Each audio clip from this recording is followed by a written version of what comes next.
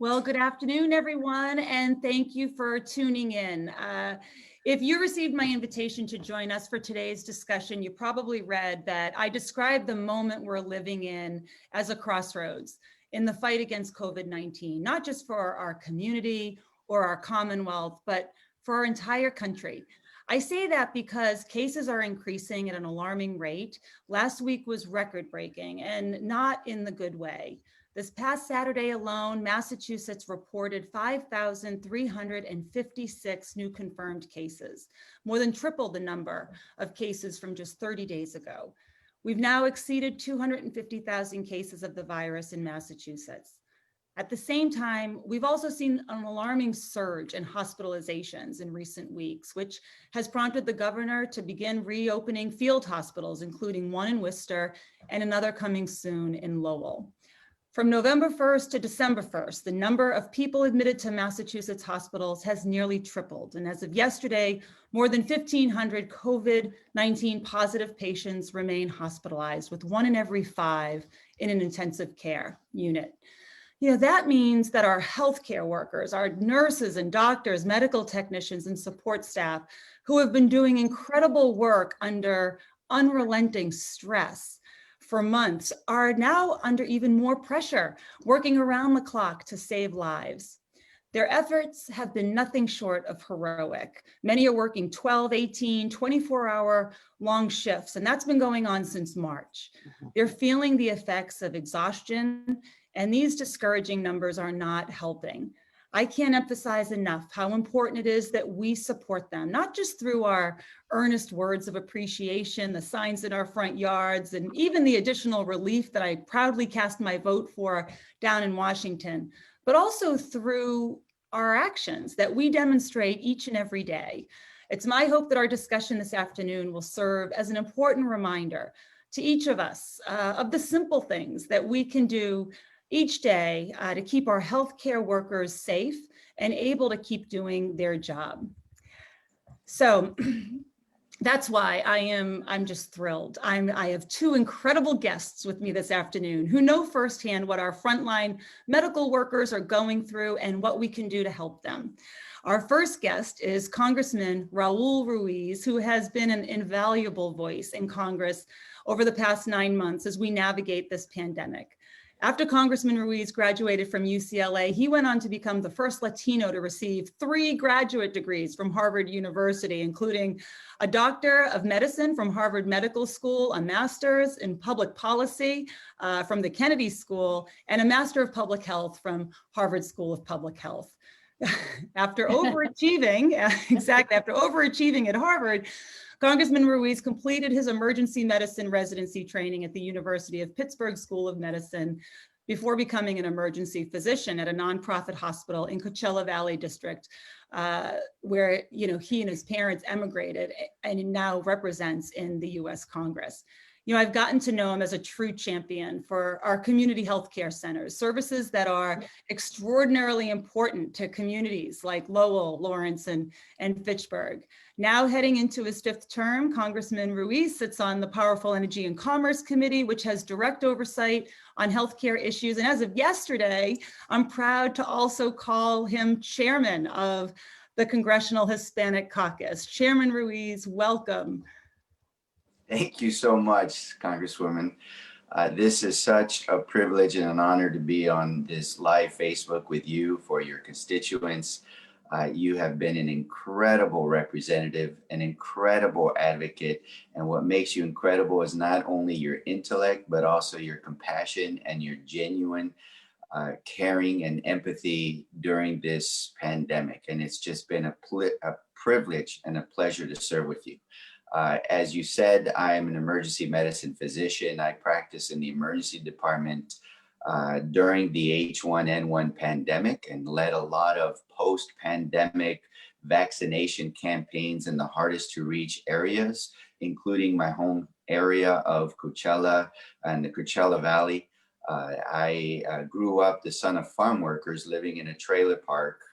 And so I know the conditions of poverty and high risk medical illnesses that are in underserved areas precisely like the ones that are rendering people most at risk of dying and being infected. In fact, farm worker communities to this day are being ravaged. And I've been personally rolling up my sleeves, going out into the farm worker trailer parks and out into the homeless camps under bridges by the railroads to conduct COVID-19 testing during this pandemic as a congressman. I know Boston. I know Lowell, I know Chelsea, I know Jamaica Plains, I know Brookline, I know Cambridge, because I spent a lot of years in your area, 9 years, in fact, and practiced at the Brigham for a short period, where Nurse Katie Murphy practices as well. And so that is my second life home, is the Boston area, and I have such great affinity for your constituents and for the area. We are entering the eye of the storm. We are entering the last bloodiest battle of this war in this pandemic. This is going to be the worst case of this pandemic for the next, unfortunately, about 2 months, 2 to 3 months.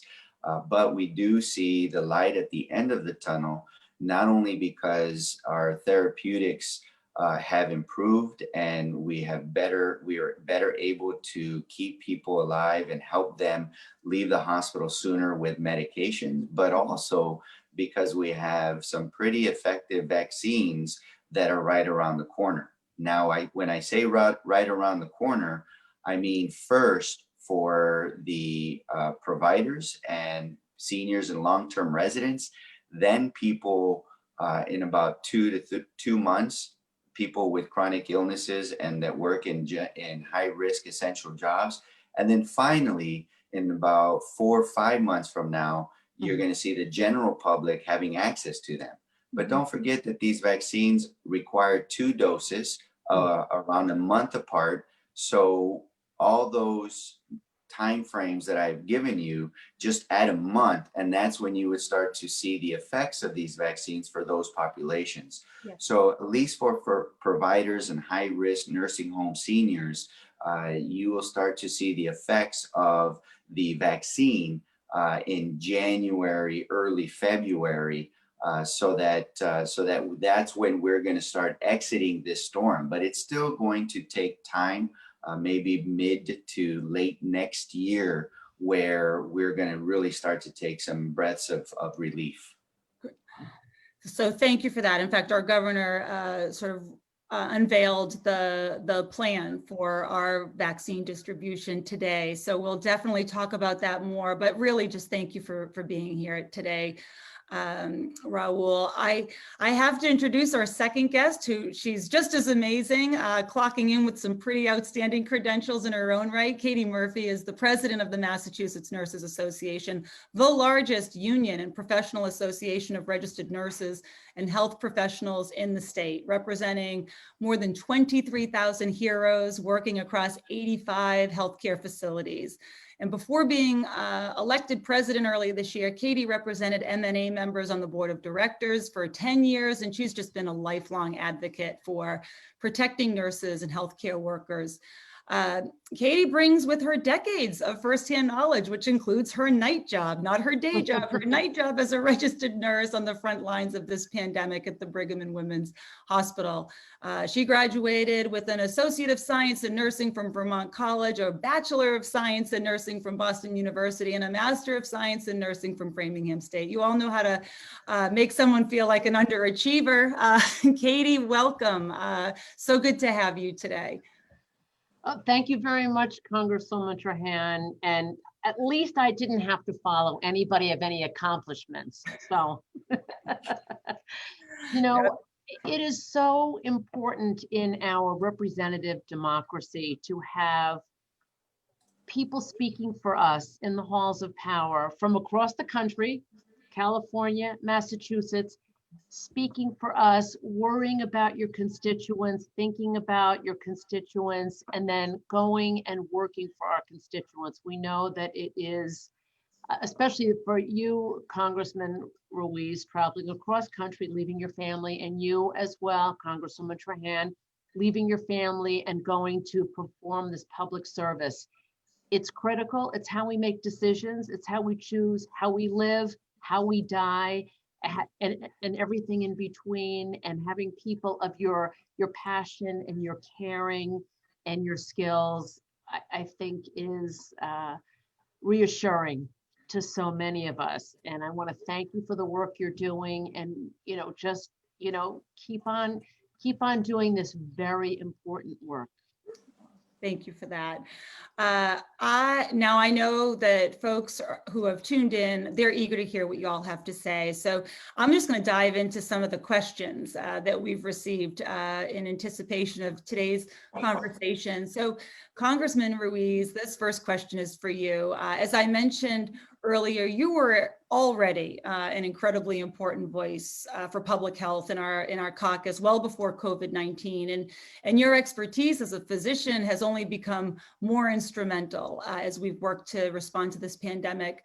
Can you just tell us what you've been hearing from healthcare workers in your district and their advocates in Washington about the struggles that they're facing right now? Well, Lori, I spent time in the emergency department about a month and a half ago in order to get my CME credits.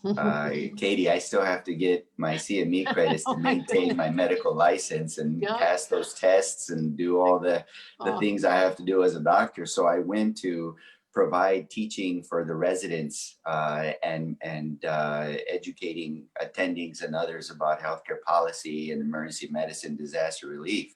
And so I had a good opportunity to speak with them, and we are on the phone constantly with the CEOs of the hospitals, with nurses groups and others. And I have friends who I work with who text me almost daily.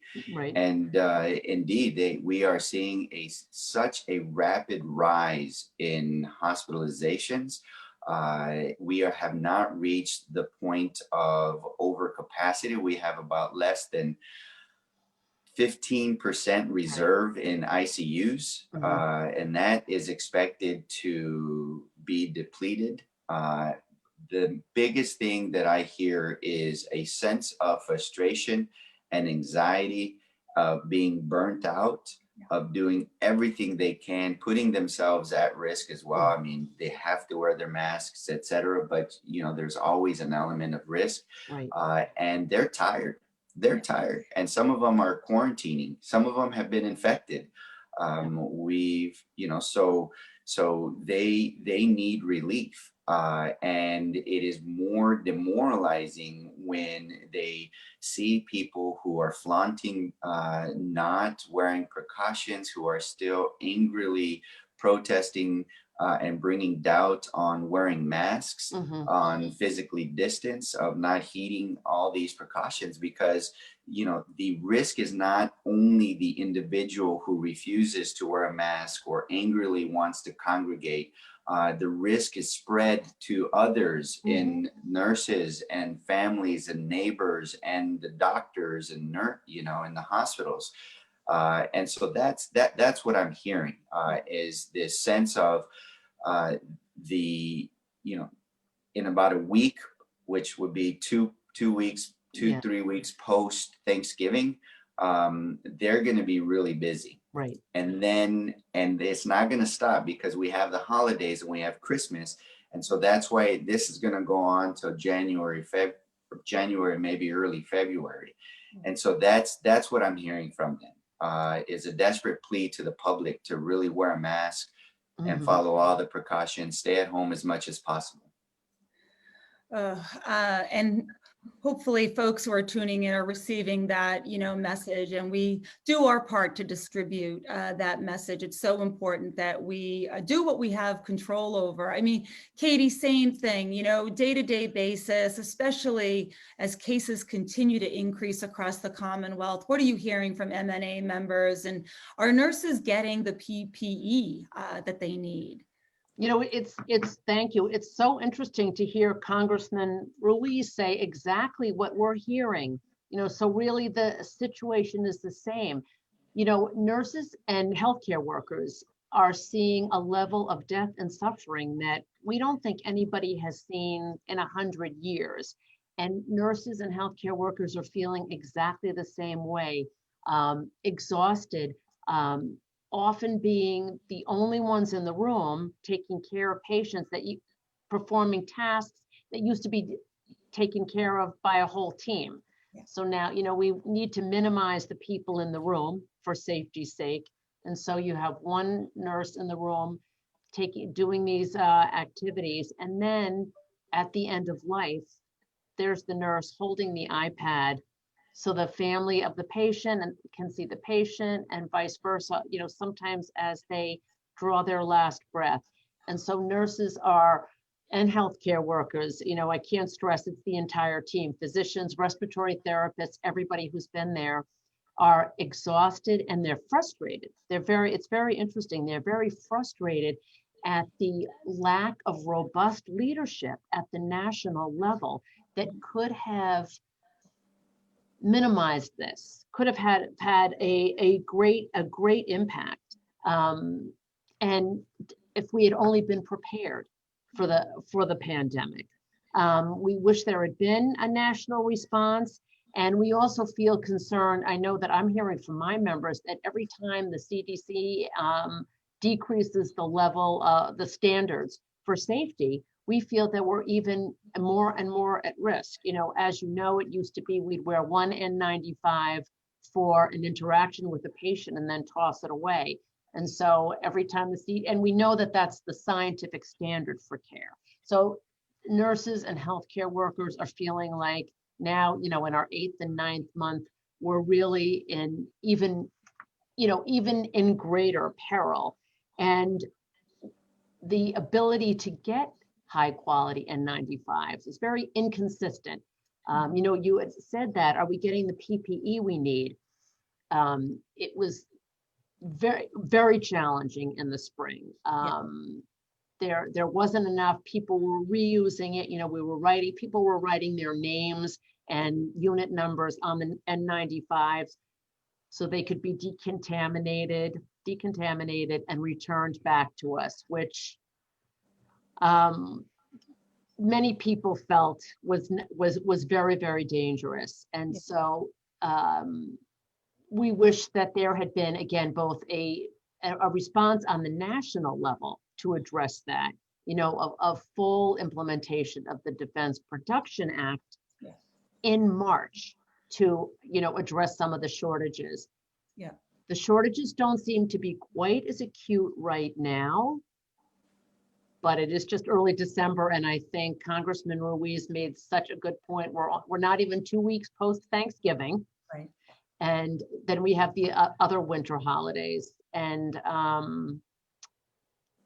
we still don't know how many are out there. What's available? You say you have some? How many? What are the numbers? Yeah, no, there's no question. There's been a flurry of legislation that's been, drafted and worked on to ensure that we never are that reliant on a foreign supply chain again, that we actually have the capability here in the United States. I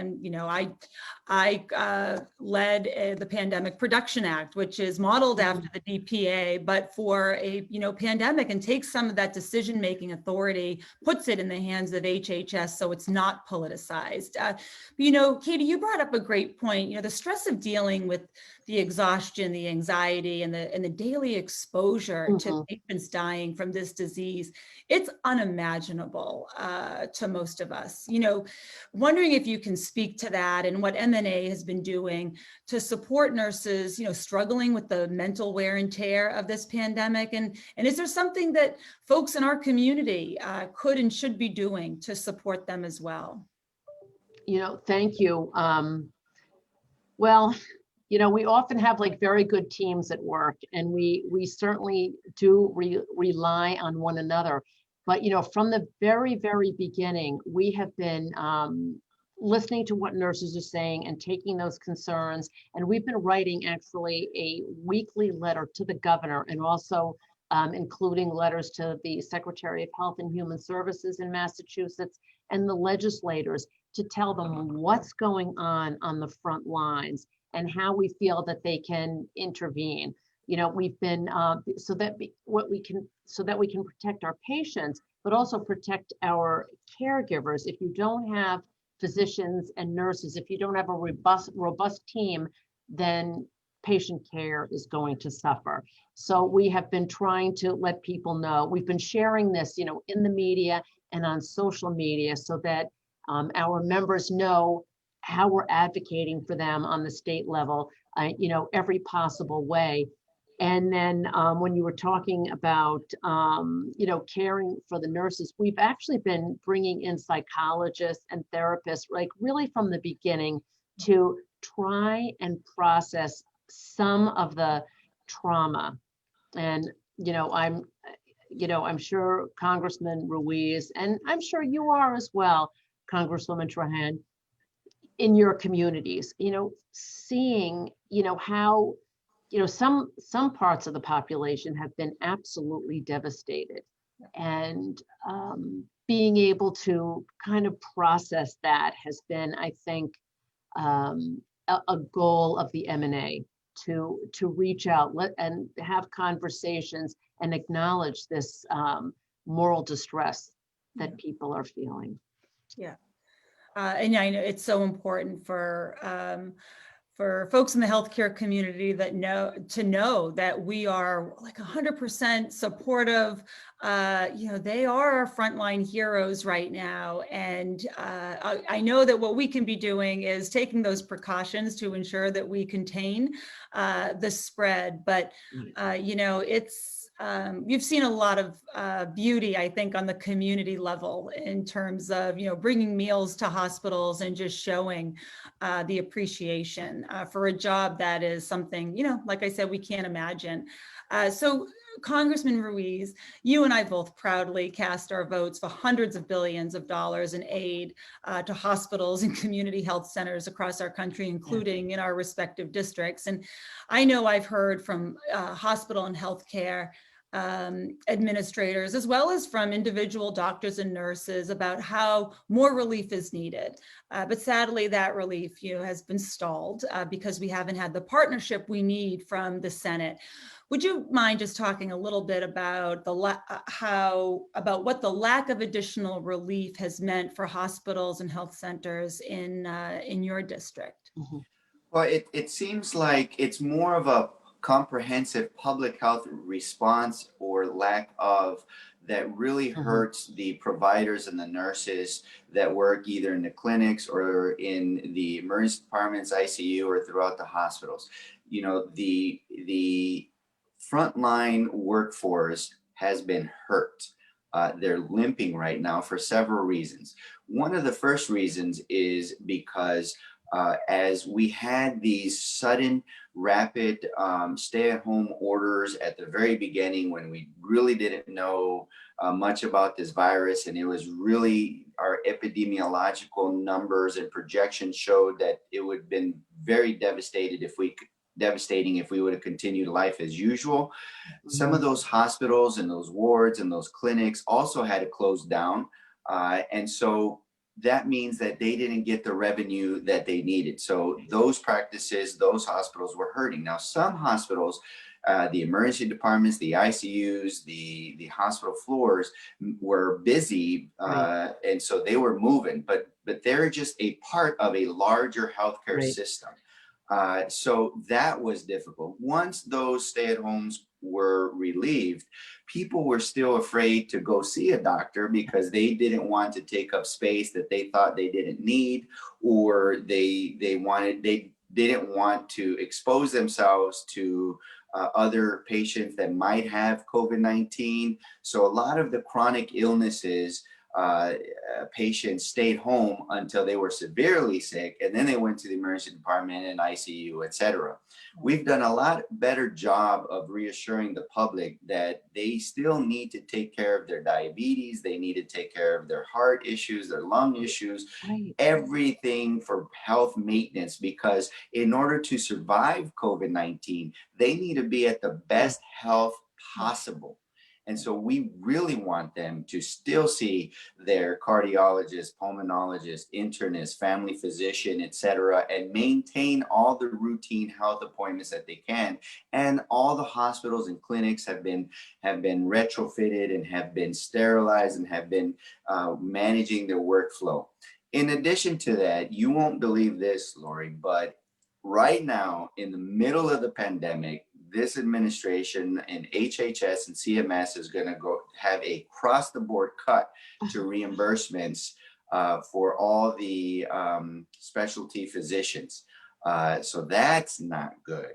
Yeah. And we're also dealing with an issue with surprise billing that would greatly hurt physicians if we don't solve it the right way, which is the discrepancy of insurance payments to the physician and nurses, to have an independent arbitrator resolve that difference, and not just allow the insurance companies to set a low payment benchmark, because that would be very devastating for hospitals and physicians as well. So they are still under threat of even losing their revenue.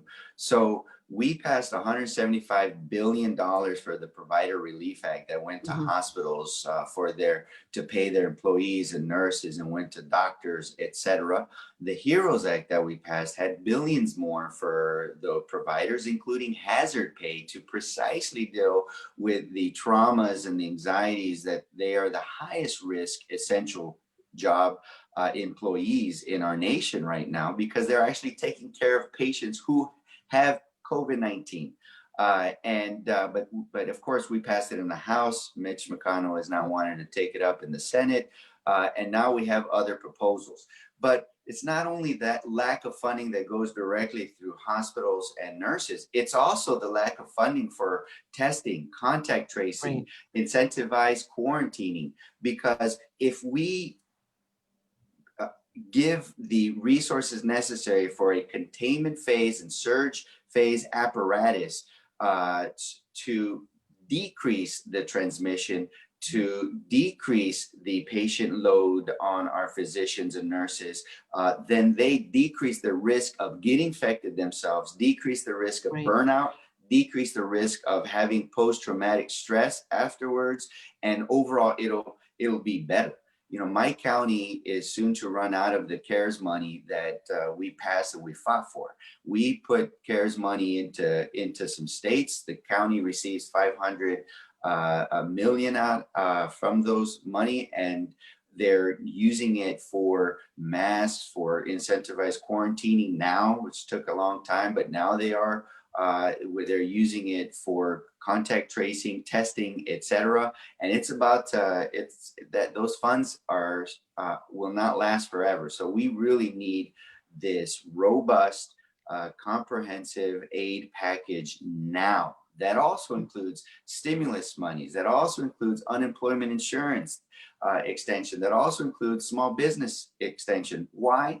Because if you don't support the families to keep the precautions, to maintain staying at home, for example, and to be able to feed their family, or incentivize quarantine and isolate if they are at high risk or get infected, then it's just going to augment the patient load and the risk for providers. Yeah. Look, I grew up in a family that lived paycheck to paycheck. And, if my father had ever been, sick or laid off, he would have gone back to work, because what choice do people have when they are faced with having to feed and house their family, right? So it's so important that these direct disbursements, this unemployment insurance, be extended for families who are just really hurting. And I'm going to stick on this topic because, Raul, I represent cities like Lowell and Lawrence and Haverhill, which have strong Cambodian, Black, and Hispanic populations struggling with that disproportionate impact COVID-19 has been having on communities of color across our country. Yes. Many of these folks are also our frontline workers in our hospitals, our community health centers, our long-term care facilities, and in our homes. And this both, we can just both jump in here, but Would you mind talking about the importance of keeping these disparities at the forefront of all of our policy decisions when it comes to supporting our medical personnel and our support staff? It is so vital, because if we don't, then we are only delaying our recovery, economic, and we're only delaying and minimizing our ability to safely get through this pandemic as quickly as possible. You see, it is because of underlying systemic inequalities in our healthcare system, not only in resources within communities, but also in people who cannot afford healthcare or not have access, that have rendered certain populations more at risk and that suffer more from cardiopulmonary diseases, diabetes, and other illnesses that now are the most at risk of dying from COVID-19. Furthermore, the inequalities in housing render them living in substandard conditions and overcrowding, and the jobs that they have are those essential workforce jobs where they cannot work at home. They have to go into work and interface with other people. And especially in the food production chain, the farm workers, the grocery store, the meat packers, etc., and any manufacturing type jobs where they don't have the space to keep their distance, etc. So in order to get through this pandemic, we need to take a public health approach. And in a pandemic, it is a health equity approach, meaning that those that are at highest risk of getting infected and those that are at highest risk of dying from COVID-19 need to get the attention and the resources first and foremost. Because if we don't, this is the thing about pandemics. If we don't eradicate and alleviate this transmission and the surge from all communities, then it is still going to be around and it will still transmit, and therefore it will delay this pandemic as much as possible. California has tied resources and the ability to open businesses to the most vulnerable populations. It's like an equity measure. Because sometimes what happens with these communities is that the counties are so large, but these pockets of very underserved, very vulnerable communities are just being devastated. So the overall county's ability to progress from a more restrictive tier to a less restrictive tier is tied into their ability to address those most vulnerable populations. And I think that's a smart idea, because we can't leave our highest risk, most vulnerable populations aside. We just can't do that. It's morally wrong, and it's public health wise, it's wrong. So I think honestly, also, this population also suffers from a great deal of challenges from climate injustice as well. Easily they come from areas where they're exposed to dirtier air, dirtier water, dirtier land, and this is having a huge impact. I mean, certainly I've seen that with my own population that I'm seeing that is being devastated by this. So this is a whole another aspect that, fortunately there are two Congress people here, just pollution, plain old pollution is devastating these communities as well. And it has to be having an effect on one of the aspects of why they are so terribly affected by this pandemic. Sure. That's well, I think that at least in our caucus, that message is brought to the forefront every single day. One, with the pandemic and our healthcare decisions and our priorities in the form of budgets, but also when, we're talking about, food insecurity and housing and, our sick building and investing in our infrastructure and our school buildings. I mean, all of it is so, it's so interconnected. And when you were talking, if I could just jump in again, you're both talking about the stimulus package that you're working on in Washington. And people are hungry today. Yeah. Mitch McConnell, people are hungry today. They'll still be hungry in mid-January, but they need to eat today. They need to eat they need to feed their families. And so we just need a robust package perform exactly the actions that you're saying. Support our businesses so that people can stay home who need to stay home. Yet somehow we have to feed our children and our elderly. We just have to feed everybody in our community. Somebody was telling me that it's somebody who's active in food insecurity, and just it was telling me the hundreds of pounds of food they're collecting to send to the food pantries. I mean, right, if you're hungry, then you're at greater risk for this pandemic. Yes, and and we know what the cost is of doing nothing. We try to make that abundantly clear to Mitch McConnell, but it means that 54 million people in our country are going to be food insecure. What does that say about our country, the richest country in the history of the world? It's unacceptable. And I know that we're running out of time, and I'm so grateful that you're hanging in there with me. I've got one last question for the both of you. As work continues on additional relief packages, both this week and as we prepare for the new administration, what is it that you all see being absolutely necessary in order to get our doctors, nurses, our healthcare staff on the front lines of the pandemic the support that they need to do their jobs as safely and as effectively as possible? And anything else in terms of closing on policy that we can gear toward our hospitals and our healthcare workers, heroes. I'll go ahead and start. I think we need another robust funding like the Provider Relief Assistance Fund for hospitals and for doctors, especially not only for their business. We need to help them with hazard pay. We also need to create a coordinated workforce so that when there is a kink in the front line in our defense against this, when there are too many who have been quarantined or sick, or people need to sleep, our nurses need to sleep, our doctors need to sleep and recuperate. They have families, they still have lives, and often many times just sleep in their garage when they're so stressed because they're concerned that they're going to infect others. In addition to that, we need to help contain the virus before it gets to the hospital. So we must have a robust contact tracing, incentivized quarantining apparatus where individuals can actually stay quarantined. We need to have good methodology for testing that works in our vulnerable populations, like ones that go into the workplace, into the underserved areas, into the community to get tested. And we have to develop a paraprofessional workforce that I call promotoras model, or the community health worker, much like was developed there with Partners in Health in Massachusetts. I used to work with Partners in Health in different communities internationally as well.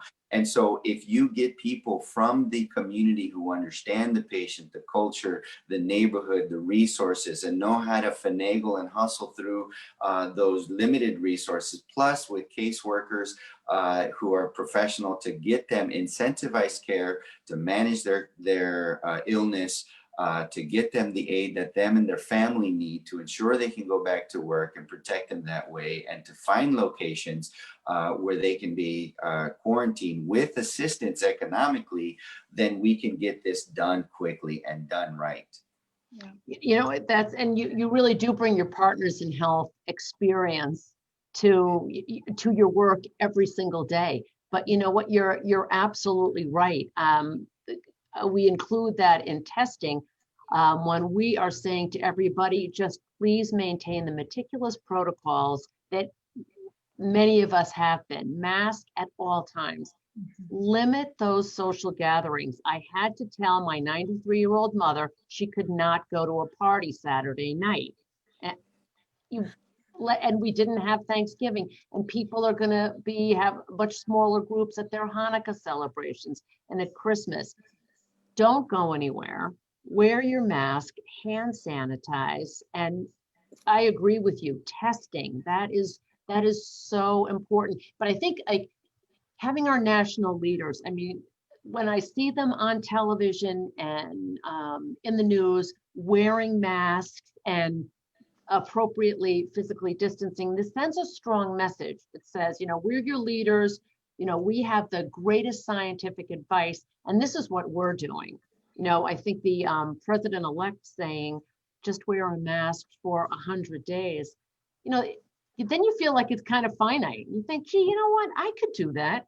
I could do that. So, I mean, I think that kind of leadership could have a huge impact. And I would really hope that people would take it to heart and